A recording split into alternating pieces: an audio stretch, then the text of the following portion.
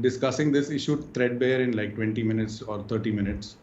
So I just hope that it is fine if it takes about 35 minutes, 40 minutes, that kind of thing. I think a lot of problem without even like talking about something is also that who are the people who do the talking regardless. Got it. Well, it looks like we are live on all platforms. And so, hello there. How should the media really treat misogynistic and sexist remarks? Statements usually by men, usually that show the contempt or prejudice against women. And why is this an issue? Why are we talking about this? So, to talk about this, we have Neha Dixit and Raksha Kumar with us. They're two award-winning journalists. Neha is an independent journalist and also teaches students. Raksha is a consulting editor at Citizen Matters, and they're both associated with the Network of Women in Media India, or NWMI, and they both had to show exemplary courage in dealing with the fallout of their reporting. So before we come to them, here's the context that I want to set up. It's election season in West Bengal and in Tamil Nadu and other states as well. In Bengal, the BJP state president Dilip Ghosh has made two remarks on the campaign trail. First, he made a crude remark about Mamata Banerjee's injured leg and how she should wear Bermuda shorts. The exact quote is on the screen. We'll leave it on the screen. And then when asked to clarify, he said something else that kind of made it worse, actually. He said something like it's not proper for a woman wearing a sari to show her leg. Again, we'll put up the statement on the screen. And we're doing this because it's crucial for context. Then we had somebody in Tamil Nadu, a DMK candidate, Dindigal Leone, and he made another statement about women and their shape in relation to drinking milk from foreign cows. That statement too is going to be displayed on the screen for context. So let's get straight into it. Neha, I'll come to you first. Lots of people are going to look at these remarks and say, okay, it's crude, yeah, it's distasteful, but what's the need to make a big deal of it? Can you explain why this is not the kind of remark that should be kind of made in the first place? This is exactly what the problem is, because it has been so normalized and it is so frequently used by all kinds of politicians across political spectrums, from the left to the center to the right, that it has been normalized and we have been told to take it in our stride. So the famous Mulayam Singh remark that boys will be boys and they rape, so ladko se galtiyan ho jati hai, to talking about or Azam Khan commenting on Jayaprada, or even the latest, right? Even for women politicians, and secondly, also for women politicians, this is also something that which is very often used. We've seen for decades in campaign trails in UP when Mayawati would contest. We've seen campaign slogans like "Ye hati nahi hatni hai, Kashi Ram ki patni hai." We've seen all of those things, and it has been so normalized that, which is why I think when we talk about a more gender equal world, I think it's really important that we start holding these politicians accountable, because the kind of misogyny they think that they operate with within their party circles is something that they can also, or within their families, is something that they can regurgitate. And there's no questioning it, because regardless of that, they keep winning elections, and regardless of that, they keep getting positions of power. So I think it's high time now also that the media also turns the narrative and maybe create a report card of people who keep doing this and repeated offenders, and maybe put it out. Yes, that was important for context. Neha, thanks. Raksha, do you have anything to add to that, or shall we just move ahead?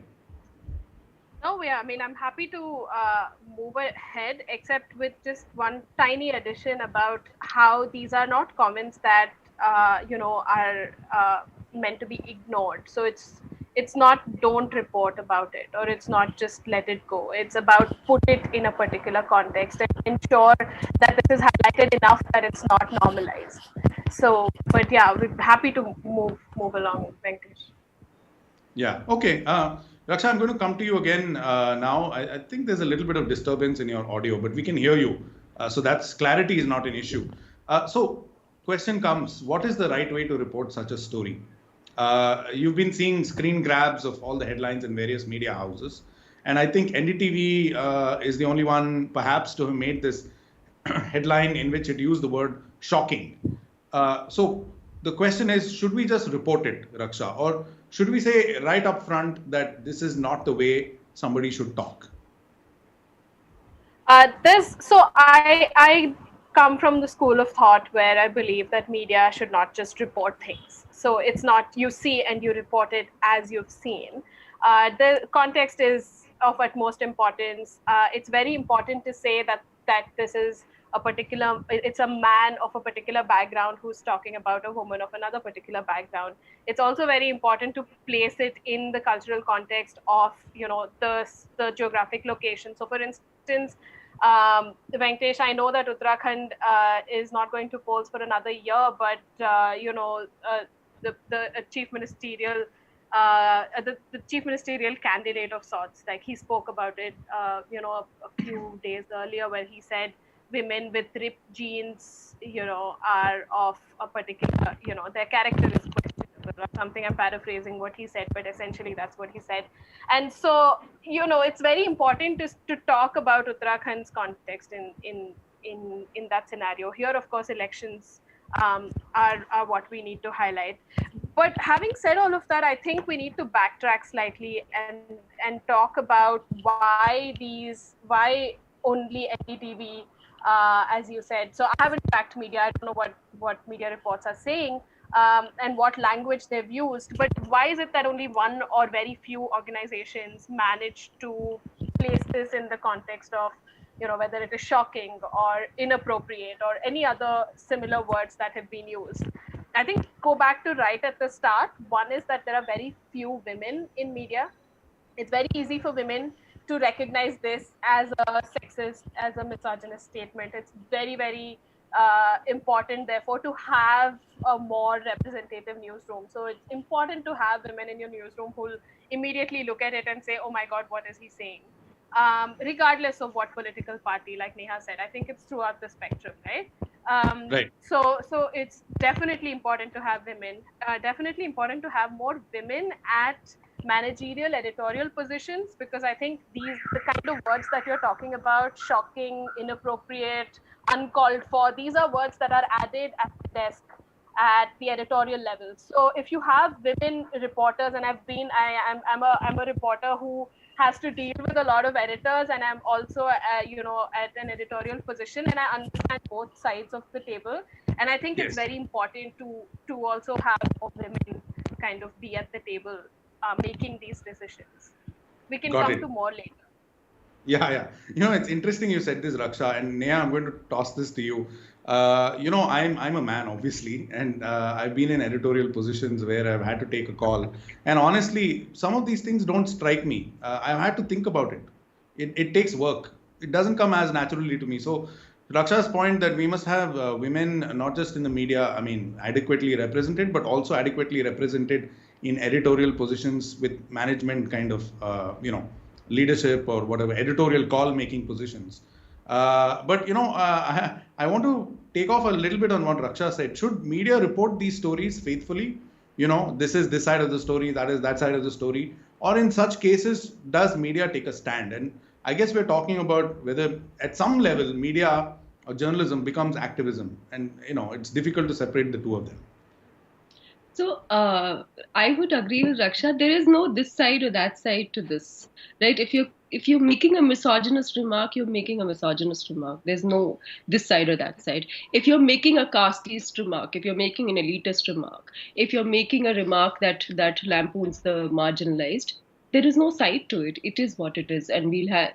So, which is why I don't even think it's activism. It's bare minimum basic ethic to talk about people in a more ethical fashion, which is not discriminatory, which is not sexist, which is not casteist. So it is that.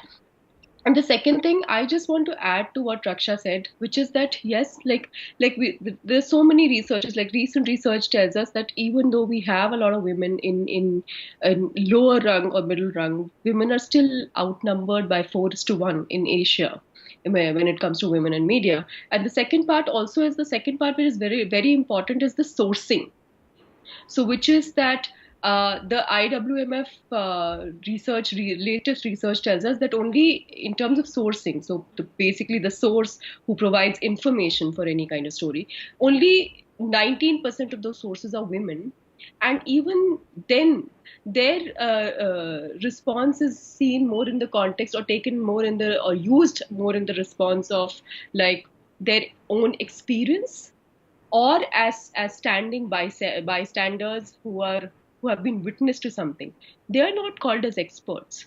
So which means that Yeah. even if somebody is reporting a story of sexual violence, they would go to the brother or the father of the person who is the victim slash survivor mostly, or the male cop, instead of actually talking to, or even for something as basic as discussing the budget, the media goes to like a housewife and says, how has it impacted your house budget, as if she has no idea about what is happening in the country. So these kind of stereotypes keep playing all the time. It really has Yeah. to stop. Even the only times you see like a woman lawyer on screen or in any discussion is when she's talking about some case, sexual harassment or sexual violence case she's defending. So that is also a problem. And the other thing also is that in the language that we use, we have to stop using passive voice. We have to stop saying, this person was humiliated by this. We have to start taking out names, and start using more active voice sentences to actually to exactly point out where this is coming from. The other thing also is that the media, which I will also use, which is very important in the context of elections, is that all politicians have their own strategies and tropes, and may have ideological differences, whether they are men or women, right? But the Yes. media has a tendency to villainize women more when they go outside the patriarchal realm of sacrificial woman, or pure, or all those ideas of. So if she has said something wrong, they would highlight that more than they would for a man, like in this situation that we just discussed. So that is Yes. also the lens, that expectation of a woman is more chaste and more proper and more is better, has to be better than the men. Yeah. Yeah, I mean, it feels like we've barely scratched the surface. We've already mentioned three things, at least, that we should be looking at, including using of active voice, which is kind of mind blowing for me also to think about. Neha, I'm going to ask you about your experience with editors who demand unreasonable things in a beat. But let's get Raksha in. Raksha, you said you're both an editor and and a reporter. Now, why do such stories get reported in the first place? I mean, why is it so important? Because some editor somewhere has realized that it's going to be viral. It's going to hit 1 million views or something like that, and that is connected to revenue. So, Raksha, what do you say? What do you make of this pressure? And is you see this pressure going to end anytime soon? Maybe not. Hopefully, yes, but maybe not. But I think it's important to differentiate between the kind of story that we were talking about right at the start, which is an important story to report. There is no way that during the elections, if a chief of a particular party makes a comment like he did, there is no way that we would not report something like that. The question is, how do you report it? And the question is, what are the kind of words you would use and what context would you put it in? But having said that, there are also certain stories which are only for the eyeballs, right? They're just clickbaity. They are really, there's no need to kind of highlight certain issues that are highlighted, or sorry, not certain issues, but certain stories that are highlighted, which are done simply to gain eyeballs. And I guess there the news value is it's pretty clear there. So yes, you need eyeballs, yes, you need page views, you need audience engagement, and you go ahead with it, and that's a clear cut thing. But I guess the more nuanced question is, how are you going to report these situations? How are you going to report the fact that MJ Akbar decided to appeal his the judgment? How are you going to place that in context? And I saw it on Twitter recently, and I think a lot of these things, in terms of reporting, stand-up comics are doing some fantastic work in terms of putting it in context that I think journalists like us are not. So, one of the stand-up comics today, Aditi, just her tweet as a headline to the MJ Akbar story was, he just doesn't know how to take how when we say no, and he doesn't know that no means no, and it encompasses everything. It's not a clickbaity headline. It can easily go on any of the newspapers tomorrow morning. So I think the question, the thing that we need to kind of focus more on is how do you report and how do you put headlines to stories that are meant to be reported, which have news value and which cannot go unreported. And there, I think a lot of what Neha said needs to be, like it's really journalism 101. Please use active voice. Do not say woman raped by whoever. You're pinning the responsibility on the woman where it's really not her fault. It's and on try not to talk about women's clothing when you're talking about sexual harassment, sexual violence, or even election reportage. As it turns out, please do not talk about women's clothing. Clearly, we are not talking about how the kind of clothes that men wear when they go out to campaign, or the kind of how the symbolism and how they look. So these are, I think, basic kind of bottom line 101. But I think one really the flip side of it, Venkatesh, is for your audience, how is it that they should consume news? How should audiences who read headlines like these consume that, and what is it that they take away? I think that is a really crucial question, because I think a lot of what we are saying right now is very much within the media circles, right? Like we talk like this, we talk about headlines, we talk about bylines, we talk about women in newsrooms, but most people out there are just watching TV and they're just passively taking in information. And it is for us to ensure that they jump out of their seats and say, hold on, I don't think this word should have been used there. I don't think he should have made such a comment.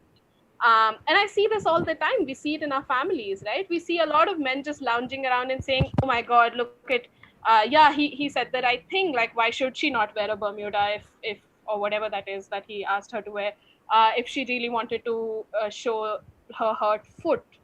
So I think that is where a lot of what we're talking about needs to be focused on. So language, how do you ensure that they jump out and say, this piece of information is wrong or wrongly reported or should not have happened? So there, I think language counts, intonation counts, especially for television. And I mean, you've been around for so long, intonation, where do you actually put emphasis when you are reading news of a particular kind? All of this matters. I've been in television, long enough to say, I've worked in television long enough to say, supers matter. What kind of words we use, because it's all watched on mute these days, so nobody is hearing you. They're reading what is written on screen. So are you going to say woman chief minister? Is the fact that she is a chief minister, the fact that she's a woman, her only qualification to her becoming a chief minister? Are you going to say, are you going to qualify a woman who holds a particular professional position just by the fact that she is a woman? Or are you actually looking beyond, her sex and gender identities? So all of these things matter. Yeah, every little thing. Neha, I don't know if you want to share any hair-raising stories of editors, but if you don't, I have a question for you, which is, what is the correct way to report such statements that we've seen in the last 24 hours, which is, and I want to make a parallel here. If someone uses a racial slur, which may or may not begin with the word N, nobody is going to repeat it going forward, right? So how does the media deal with this, Neha, which is, do you repeat the stuff going forward, or do you not repeat and say, this guy said something really objectionable, but you should not say it? I don't think they can be a clear example, because in a country as vast as ours, the misogynist remarks are also very vast in nature, from comparing people to gas cylinders, to buffaloes, to whatever, and how men will be men. I think the other thing also is that the fault is also within the media, Venkatesh, because if you go to any newsroom, even the most progressive newsroom thinks that, and which is also in the outside world now, because the media is responsible for creating this narrative. Everybody, when you talk about gender equality, the only thing people now understand is sexual violence. or maternity health, right? So as if there's nothing else beyond it. So I think the onus also lies on the media, first of all, even before going to how these stories should be reported. The onus lies on talking about other things that lead to this kind of uh, that do not question the kind of sexism that is there. We don't have stories about, pay gap. We don't have stories of right based things. All conversation is about atrocity or some kind of maternal health, and I'm not saying those things are not important, but that is not the only thing that happens. So I think the response to cover these things, it will only also be better when we start talking about the fact that there is something called sexism. So even when we're not using, and we shouldn't be using certain words, because in here the politicians don't use certain words. They just like use long sentences and stories from That's their true. misogynist heads to come up with something, some put it in, in that situation. So which is why I think what we need to plant in the media and through the media in the society is the word sexism. I think people don't understand still that there is something called sexism. People understand all those other kinds of people understand racism. People understand classism. But I don't think sexism is still like normalized in our lingo. When I go back to my family and say this is sexist, I think half of them are not going to understand. So I think the onus to starting point for the media is to start calling out there is something called sexism, which means you can't say, so which means Narendra Modi can't say that despite being a woman, the Bangladesh PM has done this. It is wrong. This is sexism. So we have to start explaining that. Yeah, I mean, this is the right space also in a way, because we're into media buddhi is also about media literacy. So I'm glad we're actually taking the time to spell these things out. And even for us, it's good to learn. I mean, when I say us, I mean us men. It's good to learn again and again. I have a question that I want to ask both of you. Raksha, I'll come with you. Look at the impunity at which these statements are made. There is no pressure on politicians to not say such things from within their own parties. But there is no pressure from the election commission as well. Election commission, of course, during election season says you can't make certain kinds of speech. It's a violation of the code of conduct. You can't do certain kinds of hate speech, certain kinds of references. So should there be like a code that says you can't say these things about women, you can't say these things about other castes, for example, that kind of thing? Oh yeah, and there exists, right? Like you said, there exists. It's I think if we talk about the current election commission, it's going to be, we need another hour, and it's a political story, and I'm not even sure that that is within the ambit of what we are hoping to speak about right now. Definitely, there's no doubt. In an hour, I think we can curate all the kinds of words sent to election commission and say, please object to it. I mean, this particular election commission has been, I mean, I'm trying to find the right word, but very subpar. Your silence or the gaps in your words are saying a lot anyway. Yeah, I mean, it's definitely subpar. They haven't, expecting them to catch misogyny is, asking a lot out of them. They haven't done really basic things that they need to. But I mean, to the fact that Media Buddhi is about media literacy, Venkatesh, I thought let me just quickly summarize 2 points that the media should do, in order to kind of keep a check on how they report stories that are meant to be reported but have an angle of sexism and misogyny. And 2 things that audience should do in order to spot this in the news content that they consume.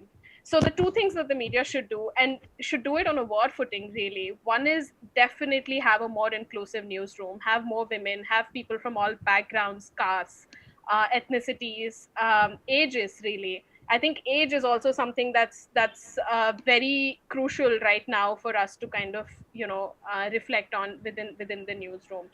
The second thing that news media should do is approach each story, from a gender lens. And just give me a minute to explain what I'm saying. Just like, this is taking off from what Neha was saying. Just make sure that your stories on, let's say, the economy are, they have women characters represented. They have women experts represented. represented. Take that extra time to find that woman expert that you'd want to interview. And I can say this with some authority because this is what I've begun to do in the past year and a half, very, very consciously. So you might have the top 5 economists in your country, and all of them are men. Top 5, depending on who defines and who rates them.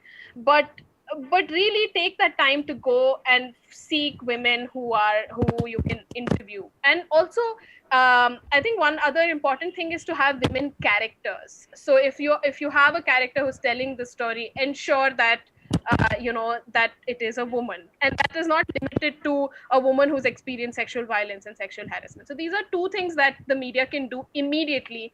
They do not have to spend any any extra manpower or money to do this, really. And two things that your audience can do, which is also very simple.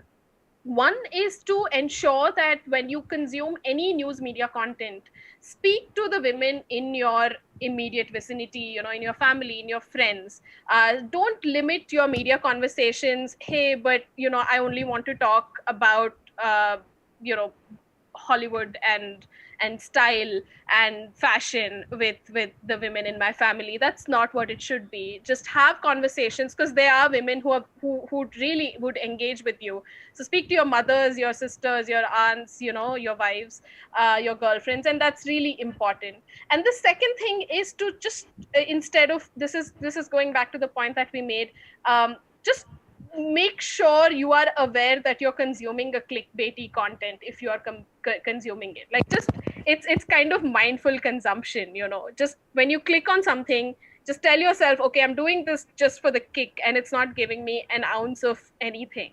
And I think the more we do that, and there's people researching this in Harvard and other places, the more we do that, the better we get as consumers. So these are really small things that we can begin to do right away. We don't need to wait for anything to happen. Good to know. You want to add to that list, Neha? Because I thought it would be fun to make this kind of list right now. We've got 4 bullet points. I also have one bullet point from a previous point that one of you made, which is don't talk about clothes, period. Whether in a good way or a bad way, right? So don't talk about clothes. I'm typing this down, but what else? What else do we talk about? What else what else should this list have? It's not about clothes, Venkatesh. It's about appearance. Just don't talk about appearance. Don't talk about appearance. Okay, yeah. Yeah, don't talk about clothes in an election. I think also don't just do stories about women candidates in an election. Ask political parties what are the policies, what is their internal policy within that political party, what is the policies that they propose to include in if they come to power. So all elections are just about finding 5 women candidates and doing their profiles. Just stop it. There is no need for it. And even when you go to the women candidates, stop saying that, oh, as a woman, what do you want to do? Stop it.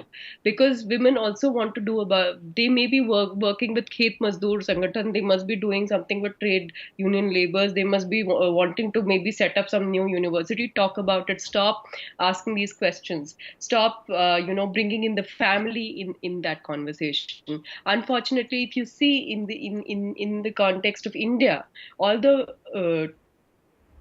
the top women in top leadership positions in politics have had to maintain some kind of, pure kind of image. So whether it's Mamta Didi or whether it's Amma or whether it's Behenji, Is the mother or the sister, right? Yeah. So that also needs to stop, right? Even like with right now with Priyanka Gandhi or maybe Smriti Irani, even those conversations the family conversations have to stop. And also the fact that I want to give an example. I had written a profile of Akhilesh Yadav in 2015 about how he was the chief minister and something, and I did talk about his family.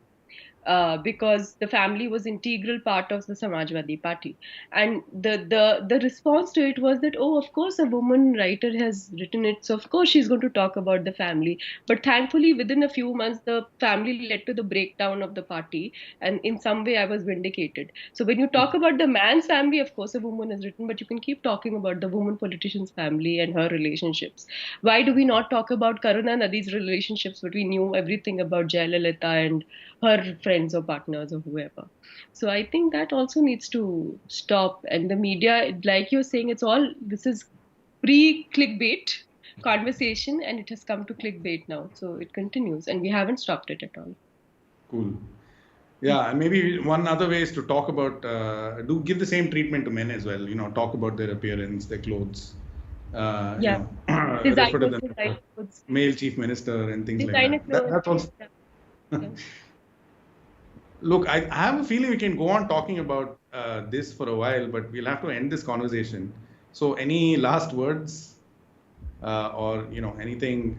Because ultimately we are trying to ask tough questions about how the media covers stuff, but also we are talking about how people watch the media. So we've done both, right, in this conversation. So I'm kind of at a loss for words.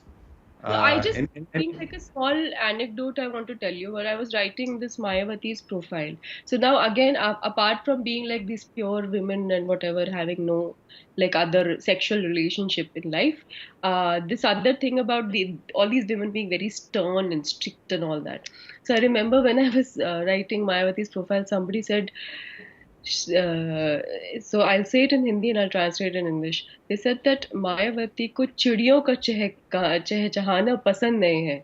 So which is why she doesn't like the birds chirping. So which is why there are no windows in her house. And every day when she walks, she got her gown made as Queen Victoria gown, and she walks around like that. So there are all these stories, and all the men I met around her said, at least I interviewed almost 90 people, and out of it, some 12 or 13 men claimed that they had slapped her before leaving the party. Oh. And these kind of, and so why I'm saying that it almost seems funny to me, because everybody has to say it. So this kind of image is also built by media, has a huge role in building this kind of image. So if a woman does not have like a warm face or some soft expressions on her face, that means that she's definitely authoritarian. And so which is why we've also seen male authoritarian figure in Indian politics, but the emphasis would always be on the women, that how they are not in the chaste role. And I think that also needs to stop. Okay. Raksha? No, I guess I've pretty much kind of summed up what I wanted to. But yeah, I mean, it's definitely the image. We all remember, I don't know, well, that's a very general statement to be making when the average age is much, much lesser right now. But anybody who remembers the Arushi Talwar case remembers how Arushi's mother was, stereotyped. And that's to the point that Neha was making. So it's the image of a woman. How is it that a woman who was accused of killing her daughter did not cry? And how is it that she didn't show emotions? And how is it that you can be a woman and not show any emotion? Oh, yeah. I mean, I'm guilty as charged. I was a TV anchor at that point, and I probably said those words myself. But, I learned, so others can also learn. Neha, you were going to say? Also, the conversation about sexual assault and sexual violence. We've had like two major incidents in the past where, say, the Mayawati and the state guest house incident, or say the Jayalalitha and her incident, both of them were publicly subjected to violence, which was obviously gendered in nature. And I think when we talk about media doing better or talking about such statements, I think we need to bring back these things, because such major things happened in the public eye, and the people responsible for it never faced any kind of action. And which is why I think politicians also think that they can get away with not just saying but doing things publicly, and nothing's going to happen. Yeah, okay. That's a great point on which also to end this conversation. There's been a lot of takeaways. I'm going to try and do like not a clickbait, but maybe a listicle, the other buzzword when it comes to media, of all the stuff that's come out of this very, very informative and illuminating chat. Thank you so much, the both of you. Thank you so much. Thank you, Venkatesh.